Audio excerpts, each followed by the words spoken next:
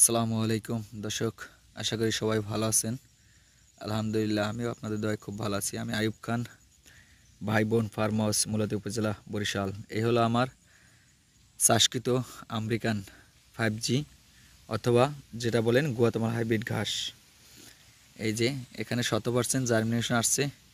এখন এখানে হালকা পরিমাণ আগাছা পরিষ্কার করলাম, আর এভাবে গোড়ায় শুধু গোড়ায় সার প্রয়োগ করলাম, ইউরিয়া সার সাথে পটাশ। এবং কাল পরশু 2-1 দিনের মাঝে এই ঘাসের গোড়ায় পর্যাপ্ত পরিমাণ জৈব সার দিয়ে উঁচা করব। যদি এখানে এখন এই গুঁড়া মাটি দিয়ে উঁচা করতে পারতাম তাহলে শাখা প্রশাখা প্রচুর বৃদ্ধি পাইতো, এখান থেকে শাখা বের হইতো।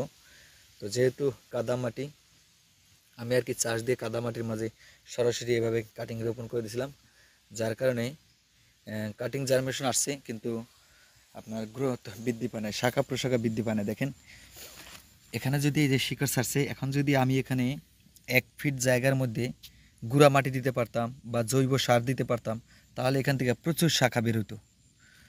তো অন্যান্য ঘাস নিয়ে ব্যস্ত থাকার কারণে এখানে আর কি গুঁড়া মাটি দিতে পারিনি। আর যেহেতু মাটিটা ভিজা, গুঁড়া মাটি দেওয়ার ব্যবস্থা নেই, তাই 2-1 দিনের মাঝে আর কি এখানে প্রচুর পরিমাণ জৈব সার দিব।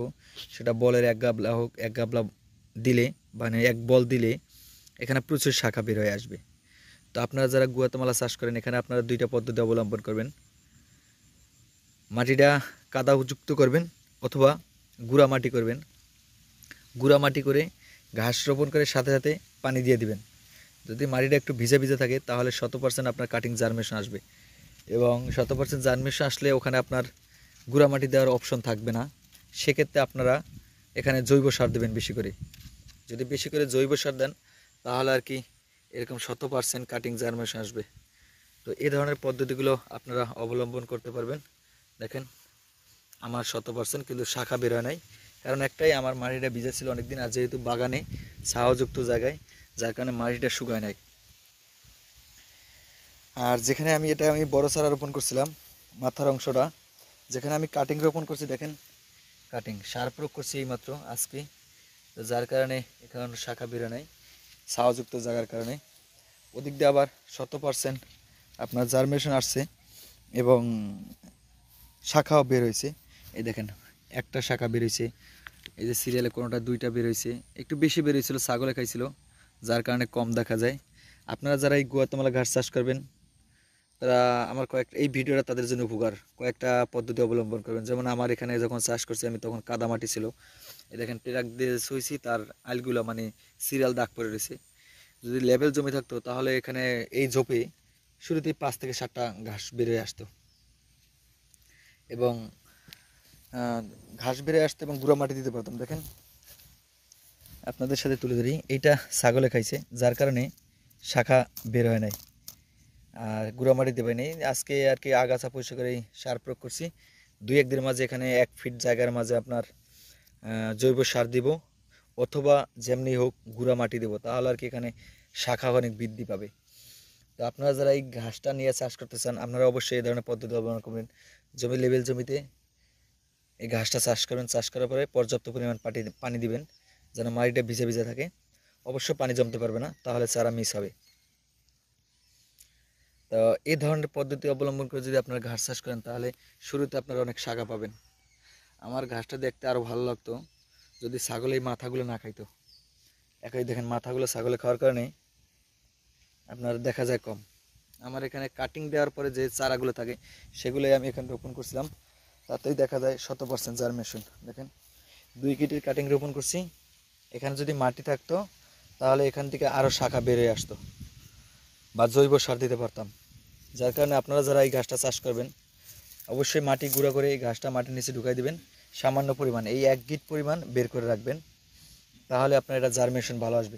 এবং জার্মিনেশন আসার পরে এই গুঁড়ায় সব পর্যাপ্ত পরিমাণ গুঁড়া মাটি দেবেন, আন্নাসের জৈব সার দিয়ে এই পর্যন্ত 1 ইঞ্চি ঢেকে দেবেন। ঢেকে দিলে হবে কি এখান থেকে শাখা শুরুতে অনেক বের হয়ে আসবে, অনেক বড় শাখা হবে, তাহলে আর কি আপনারা 100% সফল হবেন।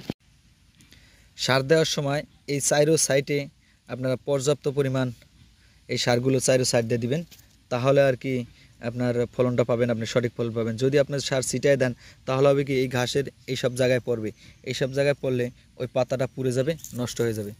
তো আপনারা এই ধরনের পদ্ধতি যদি অবলম্বন করেন তাহলে আপনারা সঠিক ফলনটা পাবেন।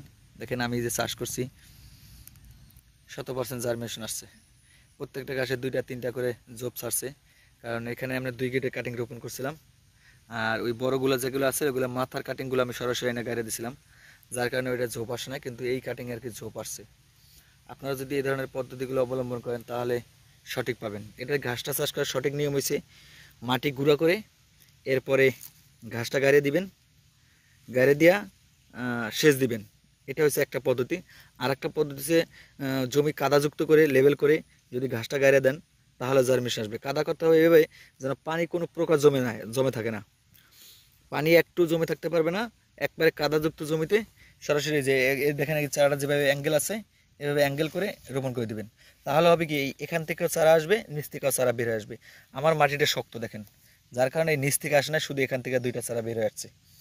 তো যদি আপনার 100% নরম থাকতো, এরকম শক্ত না থাকতো, তাহলে আর কি এখান থেকেও চারা আসতো, এখান থেকে আবার 2টা চারা বের আসতো, শুরুতে 4টা বের হয়ে আসতো।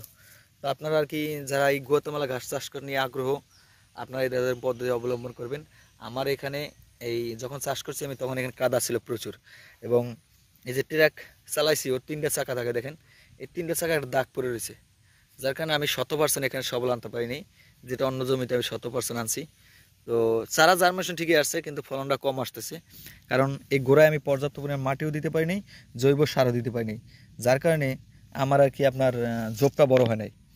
তো আপনারা যারা এই ঝোপ বড় করতে চান তারা অবশ্যই মনে রাখতে হবে যে আমার গাছটা লাগানোর পরে 15 দিনের মাঝে যেন মাটিটা ঝুরঝুরে থাকে এবং মাটি গুঁড়ো হয়ে যায়।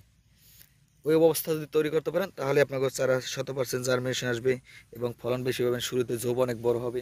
দেখেন এই যে একসাথে ঘাস লাগানো, এই ঘাসটা ছাগলে খাইছে, তারপরও এটা কত বড় হয়েছে দেখেন।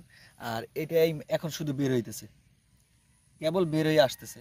এই ঘাসটার সমস্যাই কয়েকটা, আপনার জার্মিনেশন আসতে দেরি হয়। একই সাথে ঘাস লাগানো দেখেন, এই ঘাসটা 1 ফিট উচ্চতা আছে, 1 ফিট, এবং এটা কেবল বের হয়েছে দেখেন।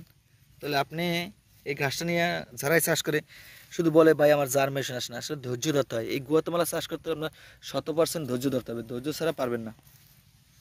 আপনাদেরকে বাস্তব প্র্যাকটিক্যালি দেখালাম, দেখেন একসাথে ঘাস লাগানো, এইটা 1 ফিট উচ্চতা আছে, এই যে বের হইতেছে, এইটা বের হয়েছে, এবং এই ঘাসটা এখন বের হইতেছে। এই গুয়াতেমালা ঘাস চাষ করতে হলে আর কি আপনার ধৈর্য ধরতে হবে, যদি ধৈর্য থাকে তাহলে আপনি এই ঘাসটা চাষ করবেন, নাহলে আপনার এই ঘাস চাষ করার কোনো প্রয়োজন নাই। তো ভিডিওটা অনেক বড় হয়েছে, আপনাদের সাথে অনেক কিছু শেয়ার করলাম, আশা করি আপনারা দেখলে উপকৃত হবেন। এবং আজকের মতো এখানে বিদায় নিচ্ছি, আশা করি আপনাদের মতামতগুলো জানাবেন। তো আজকের মতো সবাই বিদায় নিচ্ছি, আল্লাহ হাফিজ।